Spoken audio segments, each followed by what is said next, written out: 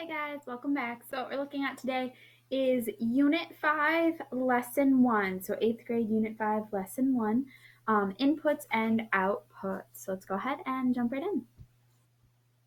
All right, so for each input-output rule, fill in the table with the outputs that go with the given input. Add 2 more input-output pairs on the table.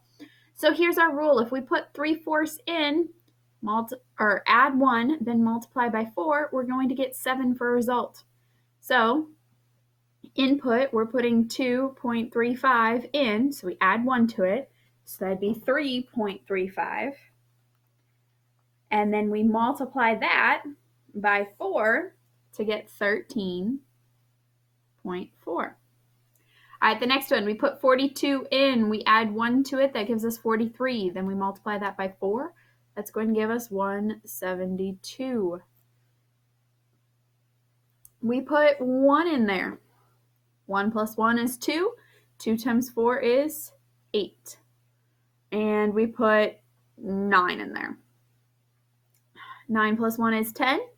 10 times 4 is 40. So these are what's known as input-output rules. It's leading us into functions. So when we put something into a function, we get an output. So that's what we're looking at here, input and output, and being able to see that relationship and work with that.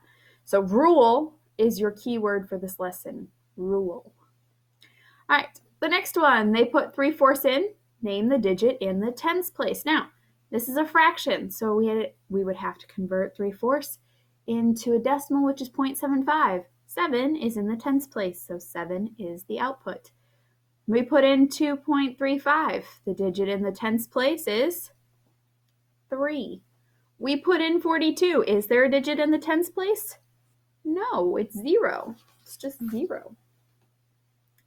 All right, we put in 7.85.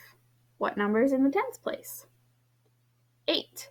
We put in 4.95. What number is in the tens place? 9. So we have some rule that tells us what we do with our input. Okay, this one, no matter what we put in, it tells us write 7. So we put in 2.35, we write 7. We put in 42, we write 7. We put in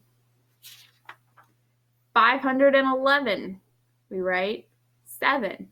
We put in 1 million, we write 7. So sometimes it'll tell us just to have our function be one value. This would represent either a horizontal or vertical. Well, it'd represent a horizontal line because we're plugging in our input and getting one output for everything. All right, and the last one, divide 1 by the input. So we're taking what we're putting in, and that is the divisor. So 1 is always going to be on top.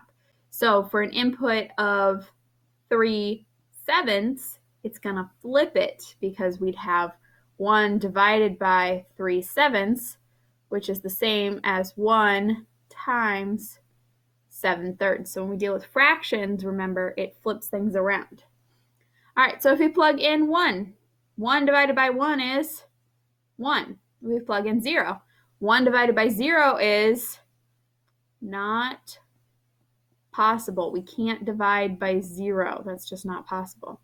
And let's say we put in 2. 1 divided by 2 is 1/2. So there are our rules. So some of them will be more complex than others. Some of them will be fairly simple and straightforward. If you guys have any questions, feel free to ask. Have a wonderful day. Bye, guys.